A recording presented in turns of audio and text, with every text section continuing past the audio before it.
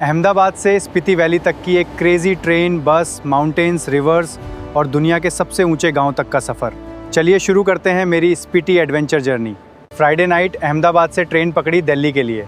Saturday पूरा दिन Delhi explore किया, इंडिया गेट, कॉनॉट प्लेस और पुरानी दिल्ली की वाइब्स एंजॉय की। सैटरडे नाइट दिल्ली से वॉल्वो बस लेके निकला मनाली के लिए।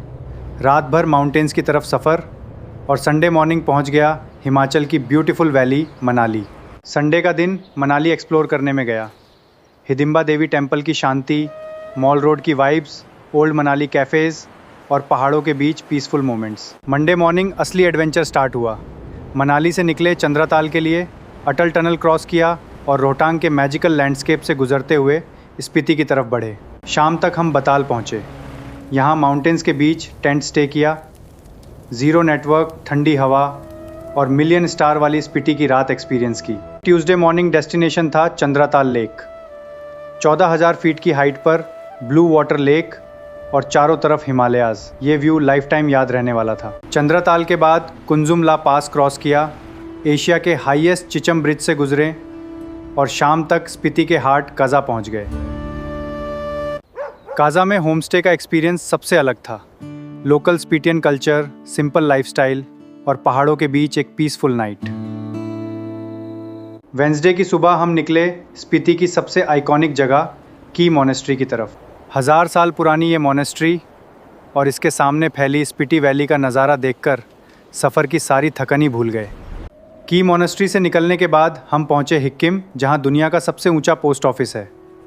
यहाँ से घर एक पोस्टकार्ड भेजना इस ट्रिप की सबसे यादगार मेमोरीज में से एक था। हिक्किम के बाद हमारा अगला स्टॉप था लांगजा।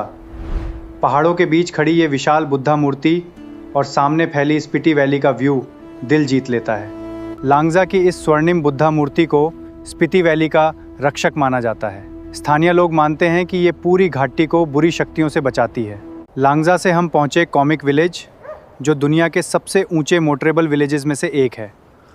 यहाँ हाईएस्ट ढाबा पर गर्मा गर्म चाय का मज़ा ही अलग था। इवनिंग में काजा मार्केट एक्सप्लोर किया, लोकल कैफ़ेज़, सोवेनियर्स और स्पीति की स्लो पीसफुल लाइफ को फील किया। थर्सडे सुबह काजा से निकलकर हम सबसे पहले पहुँचे ढंकर मोनेस्ट्री। पहाड़ों की चोटी पर बनी ये मोनेस्ट्री स्पीति की सबसे खूबसूरत जगहों में से एक है। ढंकर के बाद हम पहुँचे ताबो मोनेस्ट्री। 1000 साल से भी पुरानी इस मोनेस्ट्री को हिमालय का अजंता भी कहा जाता है।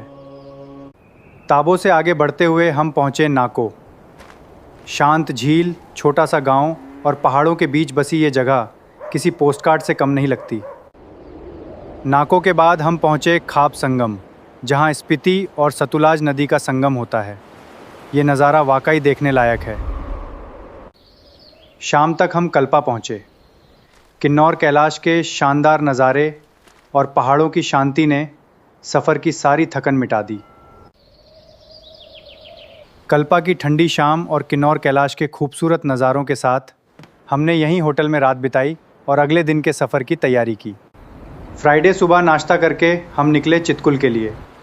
कुछ ही देर में हम इंडिया के आखिरी गांव चितकुल पहुंच गए।